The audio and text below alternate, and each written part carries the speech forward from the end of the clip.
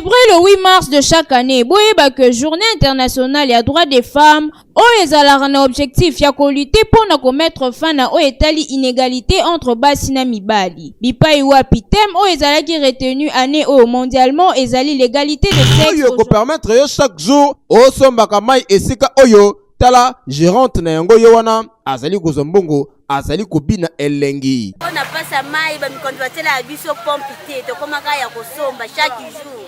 Ozangi mbongo ozangi pe mai. Timobula aleka pena na bumbu wana. Ba bourgmestre les deux communes, est-ce que bozali komona degré une partie ya ba commune abino et komi bosoto na ndenge ya kosakana te batu bazo vivre na ba conditions moko inhumain pendant que bino bovandi na ba bureau bien climatisé bomati makolo likolo bolia kitoko kasi population azo souffrir na ba besoin mike na ndenge ya kosakana te musala na bino zalaka kaka na bureau te bokitaka pe terrain boye ba difficulté nini oyo batu bozo kamba.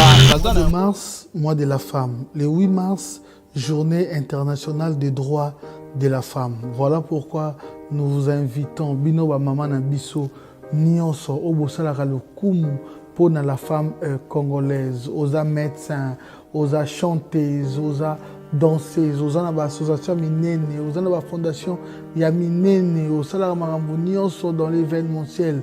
Bobanda déjà kobenga biso héros parce que mois de mars mobimba toyamba kaka ba mama tozui eteni na biso ya télévision pour que toyamba kaka bino ba maman na biso numéro oyo eza wana eza affiché boko benga biso tozala wana pour que toyamba bino. En ce moment déjà n'hésitez pas de nous contacter, Jeanne, Belle, toutes les grandes dames. Je vous invite à prendre part dans cette émission mois de mars. Vive la femme congolaise. Venez découvrir Lens by BBL, des lentilles de qualité supérieure, hydrocore valable 1 an. Possibilité d'envoi à l'international. Sublimez votre regard avec Lens by BBL. Rendez-vous sur Instagram et Facebook sur le compte @lensbybbl_kin. Nous sommes disponibles sur WhatsApp au +33 7 56 93 93 24 pour le service en France et au +243 810 608 515 pour le service au Congo. Pour l'achat et la réservation de vos futures lentilles.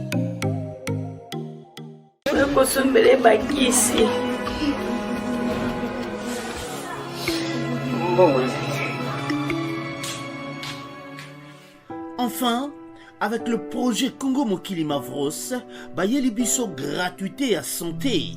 Bazali kotonga ba centre de santé na ba quartier inhospitalier ya ville ya Kinshasa. Nyonso ekozala ya ofele.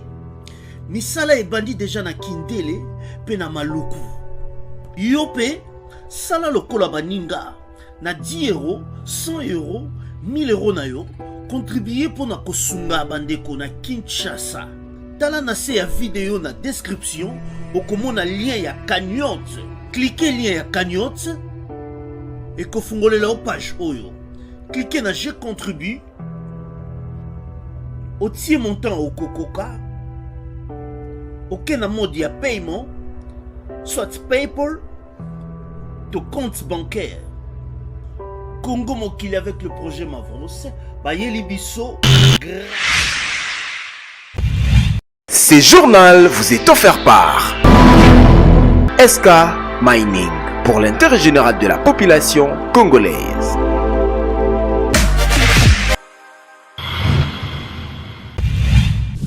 Édition ya mokolelo mardi 8 mars 2022 et bandi oyo ngai Christiville Luntadila nazali na plaisir ya makasi ya ko présenter yango po na bino Congo Kinshasa Congo Brazzaville topesi bino mbote pe bonne fête na ba mama nyonso ya monde entier pe plus particulièrement ya République démocratique du Congo oyo bazali kolanda biso. Journée internationale des droits de la femme célébrée mokolelo partout dans le monde entier et bandaka ndenge nini na yango to saleli bino historique na yango ba détail na commentaire oyo.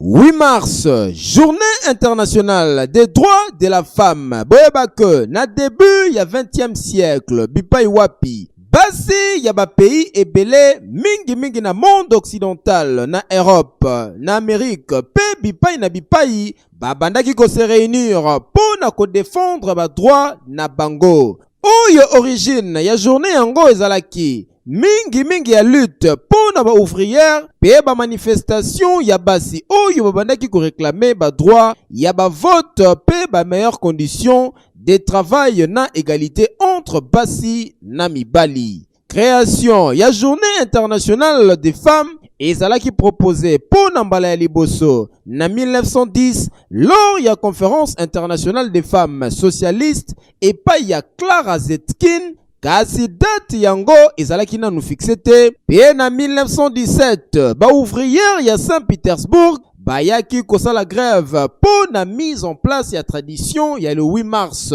Nzokande na 1945 journée internationale des femmes ekomaki tradition na monde entier ti mokolo lelo pe journée yango eyaki kokoma officiellement epai ya Nations Unies na 1977 pe na mboka ya France na 1982. Boyeba que journée yango ezalaka ya ba manifestation à travers monde entier pe ezali occasion pour na basi ya kosala bilan sur ba droit pe ba devoir na bango na kati ya société. Na yango esengeli koyeba que soki égalité entre mibali na basi ezali te, le 8 mars ekozala toujours célébré. Bonne fête na ba maman nyonso ya République démocratique du Congo, ya Afrique pe ya monde entier. Boete na occasion ya journée ya bokolelo oyo ezali bongo dédié pour na basi ya monde entier, rédaction ya magazine Kin l'artiste et ça les bino réflexion sur ba droit pe ba devoir oyo basi bazalaka na yango na kati ya société. Ba détail na commentaire ya Elisabeth Kumbi.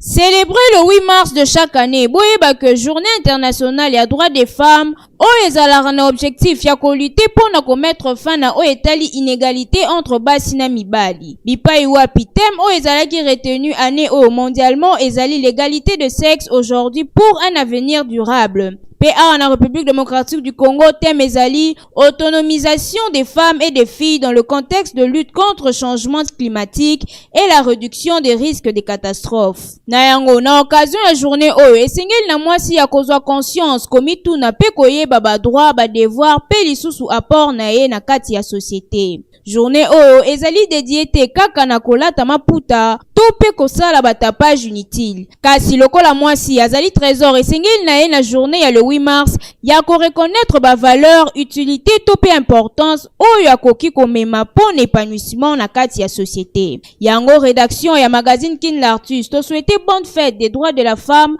na basi nyonso ya monde entier en général pe ya République démocratique du Congo en particulier.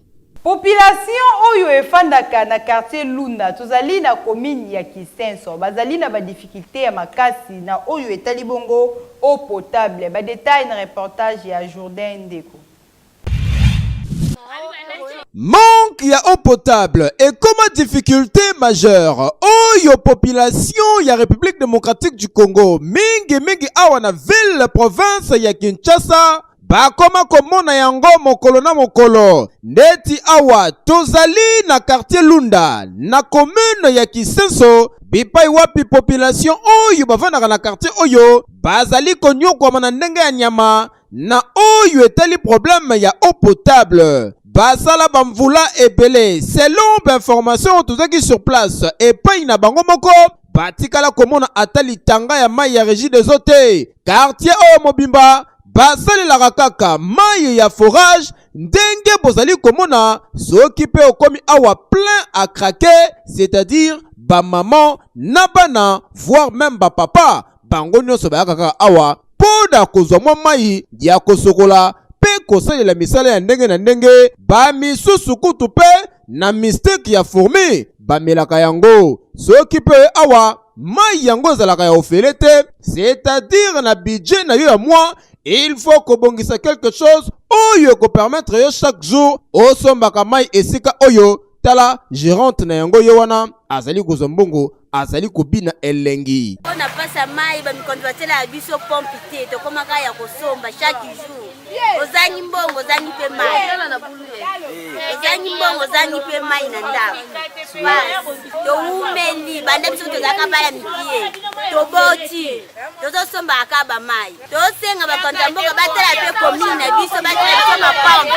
Donc quartier oyo mobimba bayaka kaka kutoka mai na forage oyo, voire même ba quartier misusu ya zinga bango pe bayaka kaka awa pona kosomba mai. Tala bana classe oyo bango pe baye bache kaka mulongo soit ezate po il faut bazwa mai basokola pona kokende nchiki. Ba promotion $1900 ezali toujours ko continuer na ba agence de voyage Eric Travels nyonso pona kozwa bourse d'études pe kokende kotanga na mboka ya Chypre. Ba démarche ezali kozwa kaka tango mukie pe basuki kaka wana te bazali ko faciliter obtention ya ba visa pona kokende na ba destination nyonso ya monde entier ya choix na bino.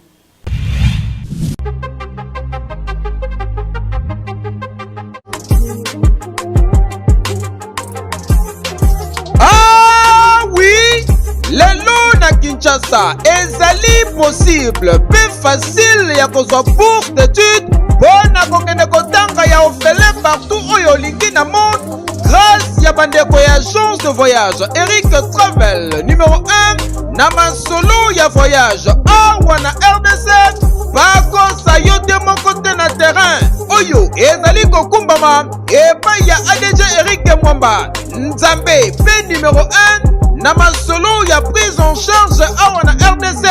Ozali na mwana oyo azali diplômé pe olingi akende kotanga na mikili ya poto opportunité yango oyo epesameli bino. Agence de voyage Eric Travel ememeli bino ba bourse d'études ebele pona kokende kotanga lokola na mboka ya Chypre na $1900 ya pamba oza mobimba na bourse d'études complète oyo ba démarche ezali kaka kosala 5 jours ya pamba pe bazali kobeta yango dada okei kotanga ya ofele pendant cycle mobimba na ba université ya minene ya mboka ya Chypre. Bana Kinshasa bana Brazzaville tofongoli masolo ya ba bourse d'études. Donc eza possible lelo ozwa bourse ya Chypre oyo eza na $1900 tosaleli ba dépense nyonso ba démarche nyonso tosaleli du début jusqu'à la fin ozwi visa avec la possibilité ya kodefa billet en crédit. Famille d'accueil déjà tobanda yango kala tokoti sikoyo na Chypre. Donc famille d'accueil eza mobimba toyambi yo à partir aéroport tologe yo makambo nyonso. Adresse okokuta biso na Liberté 11e rue industrielle le KINPP na commune ya Masina quartier sans fil en face ya robot roulage oyo ezwami na Kimbuta na Matonge na commune ya Kalamu. Tozali non loin ya maison communale ya Kalamu pe na rond-point Kintambo magasin okokuta biso entre Facebook na WhatsApp oza mobimba kwete.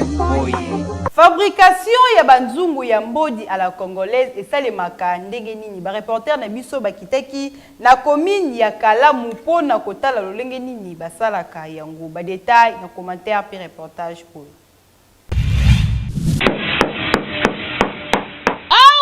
République démocratique du Congo nzungu ya mbodi ezalaka na impact pe idéologie na ndenge ya kosakana te kasi fabrication na yango esalamaka ndenge nini tozali awa na avenue Kilosa na quartier Mongala précisément na commune ya Kinshasa awa nde usine ya fabrication na yango kaka ndenge bozali komona epai ya papa Ntumbaka Tukubianza banzungu ya qualité esalemaka awa eza na durée ya vie ya molai bino moko bazali komona ndenge bazali kosala yango tout en respectant ba étape nyonso po ekoma kitoko pe kongenga boye kasi ye asukaka kaka wana te papa Katukubianza asalaka pe banzungu ya mbodi ya resho c'est-à-dire que atie résistance na kati o branché pe obani kosalela yango kitoko makasi problème ezali awa ezali que papa Ntumba aza na ba moyen mingi te pona koproduire banzungu oyo esengeli soutien pe alobi boye na miko ya magazine Kin Lartus na biso pena yaki penza direct na atelier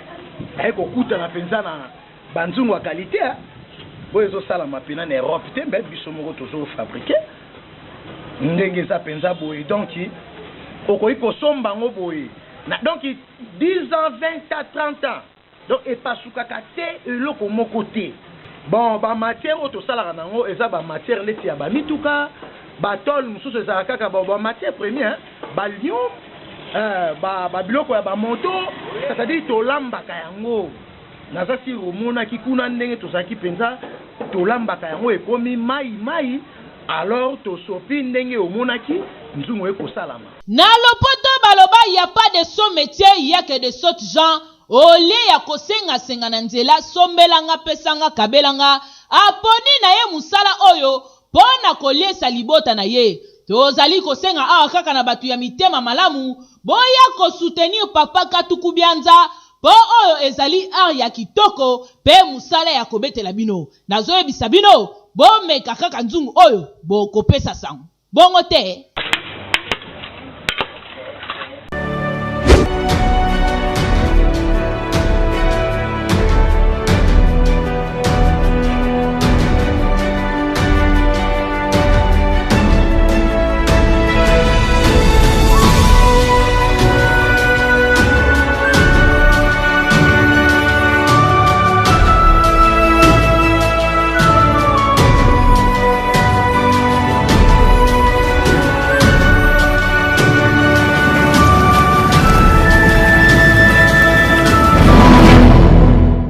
SK Mining, pour l'intérêt général de la population congolaise. Yabana Mboka. Na quartier Batende, tozali bongo na commune ya Matete. Nzela ezali ya kobeba makasi pe population bakomi na ba difficulté ya makasi po na kotambola. Jourdain Ndeko apesi ba détail na reportage oyo. En tout cas, bakobetela yo lisolo te kasi soki yo moko komi awa tope batu ebele oyo bafréquentaka commune ya Matete boko constate que na ba quartier ebele banzela ekoma ya kobeba ya kosamba kutu ezali te. Lokola awa na quartier Batende nzela epola ebeba presque ba direction nyonso ata banzela ya mike yango nyonso ezali ya kobeba. Donc awa mvula ebeta to ebeta te soki olati kutu ketcha pembe bosana na yo kosala erreur wana te po okobeba sans plaignant sans matata. Ndenge bozali komona potopoto epai fulu epai bapusu basundola na nzela epai. Donc côté oyo bulu yeke na ndenge kosakana te lokola pays moko sans loi. Ba moto ba piéton na mituka ekoma na ba difficulté ya makasi po na kotambola na banzela ebele ya quartier Batende awa na commune ya Matete. Kasi kokamwa bakanivo na bango boucher na ndenge ya nyama moyen mai eleka na malamu ezalaka te. Peto mituni eske population ya côté oyo tope ba autorité municipale ya commune ya Matete ba organisaka tato ba sonjaka ko organiser ba salongo tote po bondi melangai que commune ya Matete est commis parmi ba commune le plus sale ya ville province ya Kinshasa po banzela ezali ya kubeba ya kubukala na ninga kosakana te koma kuna ondi melangai. Tosengi na gouvernement vraiment que la solution pour na isika oyo eumeli mingi potopoto ba ezotonda lors de l'arrangement total ezocréer bangungi bamalaria ezozwa biso a partir ya basakti ya bwandela kukumesa Matete asengela biso epai ya son excellence po bazwa biso solution ya nzela parce que soki awa ebongi te eza pasi. Esengeli conscience ya population ya ba quartier ebele ya commune ya Matete esala bo organiser ba salongo po na kokurer ba caniveau ko bongisa liboso lopango na yo soki obongisi voisin bongisi voisin wana kuna pa bongisi nzela ekobonga na bino pe ba wewa bino pe batu baka kobebisa banzela toko interpeller pe lisusu ba autorité municipale ya commune ya Matete. Pardon, boyete, mbongo zali kaka ya kokongola te na ba wenze, tope na ba maison, na biloko misusu kasi, bobongisa pe commune yango, po boye, ezali kopesa somo pe nkele. He, commune ya Matete, ebeba makasi vraiment. Boyete, Monde dynamique pour le changement MDC na mukuse ndaku ya visa bazali wana pona ko faciliter bino obtention ya ba visa pona ko kende na ba destination nyonso ya monde entier na choix na bino olingi voyager sala bango confiance.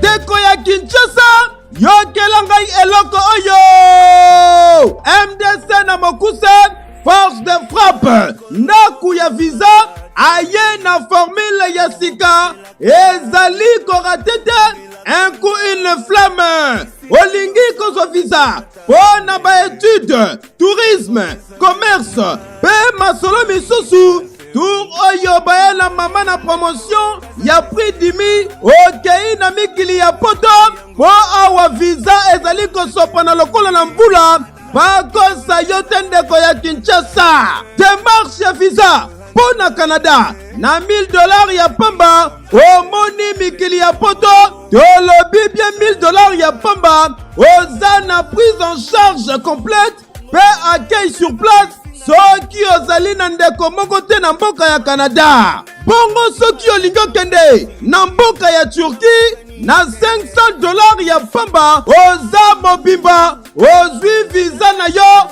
wana kutu ezali kusure. Chemin zala moko MDC dossier na opepele o bakanga na famille okenda epa ide yakawa aona biso même ka bakanga na pega yo na kili pona bamboka lokola Chypre, Tunisie, Cuba, Afrique du Sud pe bamboka misusu wana kutu ezali mai ya lobo na une semaine ya pamba ozwi visa na yo au voyager pepele. Merci beaucoup na agence MDC na bengi vraiment batutu baza pour ça voyager ba kenya na mboka Canada boya na agence MDC dans l'aéroport MDC dans quelques heures nazo mata déjà voir nous na MDC 5 jours pamba au boya na boya agence assure MDC banga na nyonso.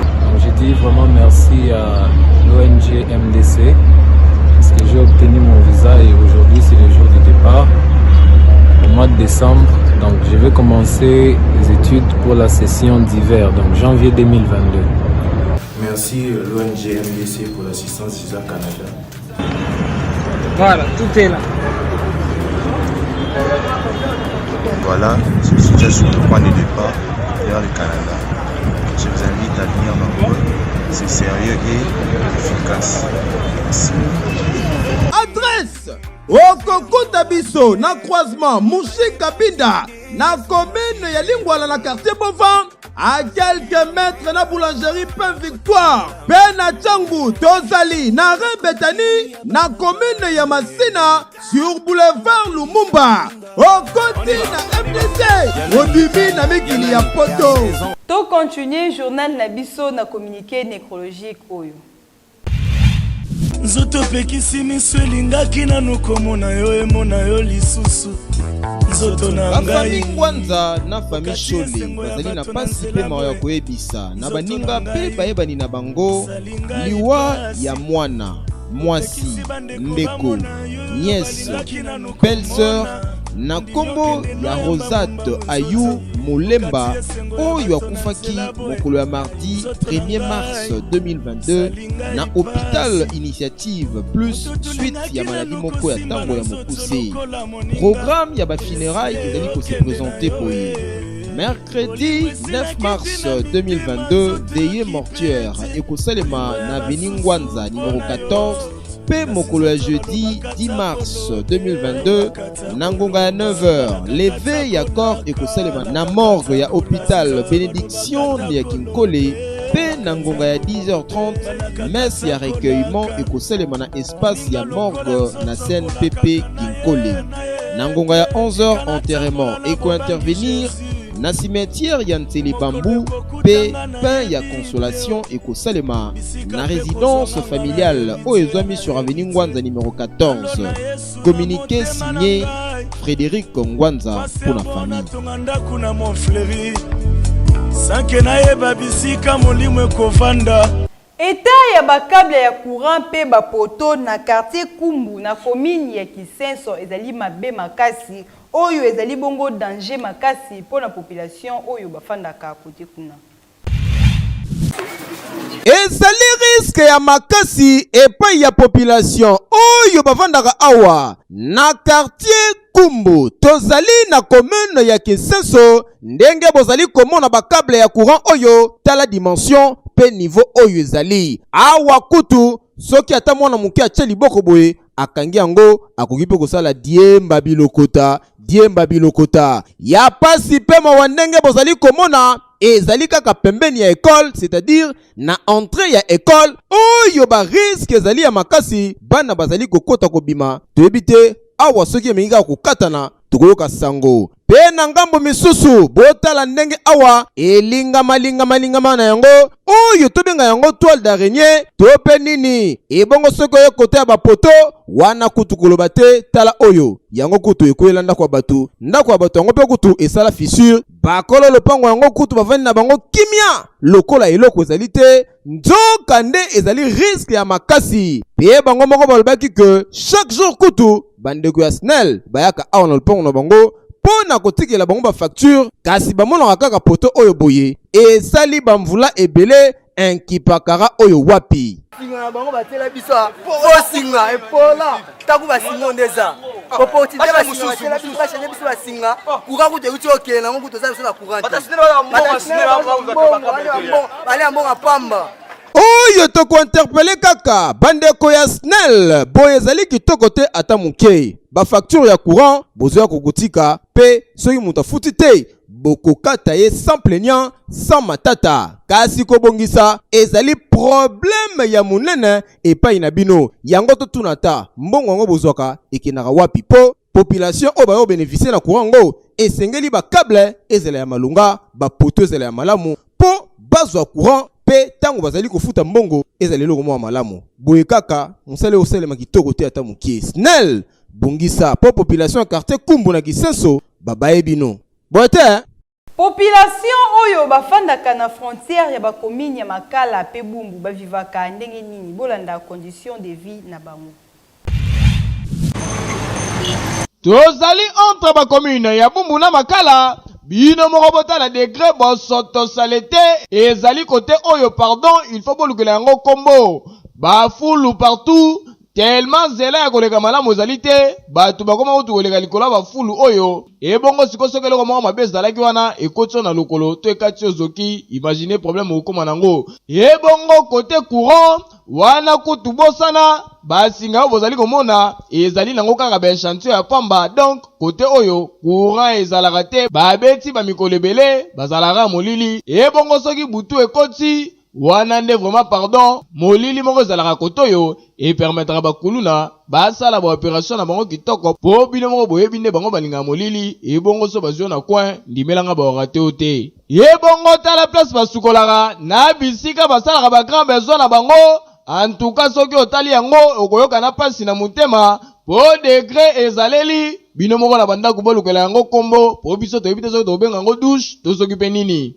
kote oyo kutu kuiti etekamaka na ndenge ya kosakana te bino moko botala ndenge mwana mwasi avandi na kwa na ye azoteka basupu na tolo oyo elingi kolakisaka kote oyo bato babayaka kuiti na ndenge ya kosakana te ebongo soki otali eta oyo bandako ya kote oyo ezaleli pardon s'il vous plaît toyebi te soki bato nde bavandaka awa to pe banani nde bazalaka awa bino moko botala degré baporte yango ezali avant kota système kaka ya eteko ozindi mo moke kibu osiretrouve na kati po presque pe na bamapangu yango ebele bafulu etonda na ndenge ya kosakana te vu ke mai etondaka kote o makasi soki mvula ebeti selo bango bazwa stratégie ya kobwaka bafulu na kati ya mapangu nsima na yango batumbi ale bazwi bazelu babakisi likolo nyonso wana po epermettre ke bisika bazovanda eyemata mwa likolo de sorte que soki mai ya mvula eye ekotela bango na bandako te tellement kalamu eza bouché mai etondaka kote na ndenge ya kosakana te kasi imagine odeur ya fulu na bangungi to na basalite ozalaka kote oyo nyonso ezokotela bango oyo elingi kolakisaka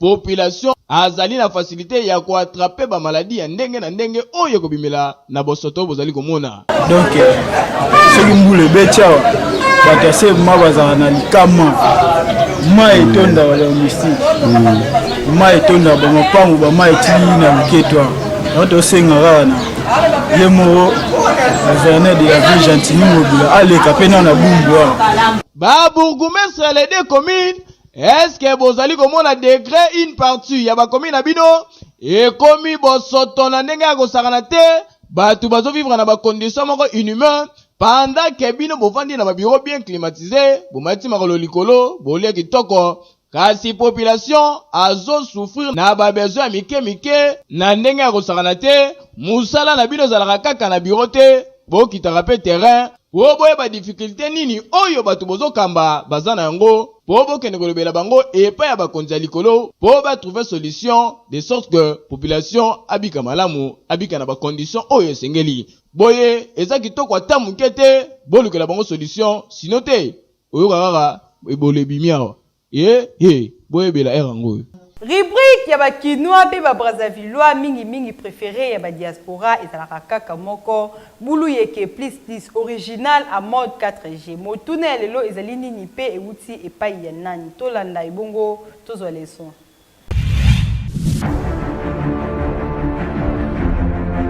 eloko eza nango te bulu yekende kindoki kati na nkolo examiner eza examen ya bana mike to eza examen ya mikolo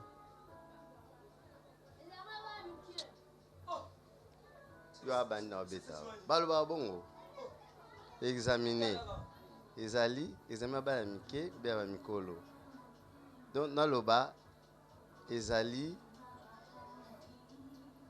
nakolobaka examen nakolobaka eza examen mpona bana mike bamikolo nyonso nakombola yango examen mais soki olobi yango examen examiner na soki wana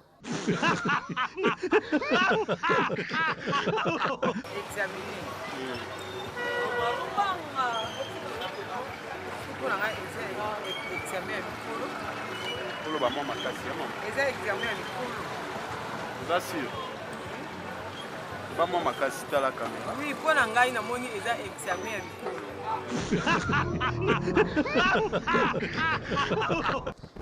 Examiner. Examiner eza examen ya ba mineur to eza examen mikolo. Ya mikolo. Ya mikolo. Ya mikolo. Examiner. Examiner. Eza examen ya ba mineur to examen mikolo. eza ya mikolo eza ya mikolo olobi eza ya mikolo oza sûr merci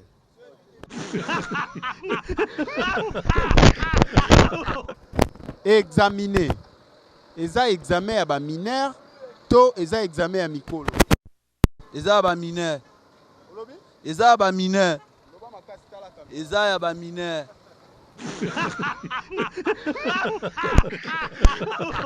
papa examiner eza examen ya ba mineur to eza examen ya mikolo eza bongo te ko examiner mutu eza lokola baza kotuna mutu ba question baza kotuna ye oyo ye esengeli a répondre yango wana ko examiner mutu eza question ba mineur te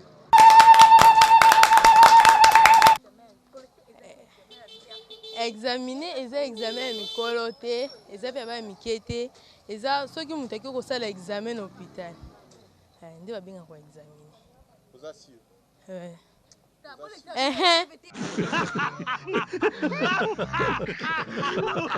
examiner eza examen ya ba mineur to eza examen ya mikolo la sala fait examiner eza examen mikolo bien ba mineur nde père atuni yo hôpital pardon yo hôpital yo hôpital